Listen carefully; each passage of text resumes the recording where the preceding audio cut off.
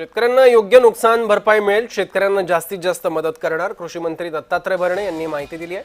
सर्व मंत्र्यांकडून शेताच्या बांधावर पाणी, केंद्र सरकारही शेतकऱ्यांच्या पाठीशी असल्याचं कृषी मंत्र्यांनी म्हटलंय।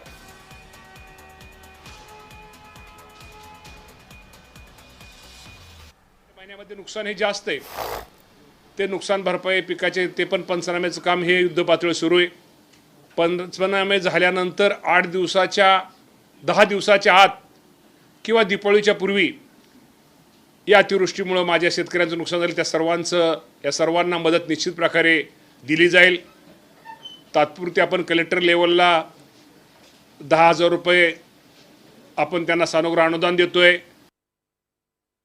आपल्या या भागाची शेतीची राज्याची परिस्थितीची कल्पना या देशाचे पंतप्रधान आणि या देशाचे गृहमंत्री या दोघांना त्यांनी दिलेले।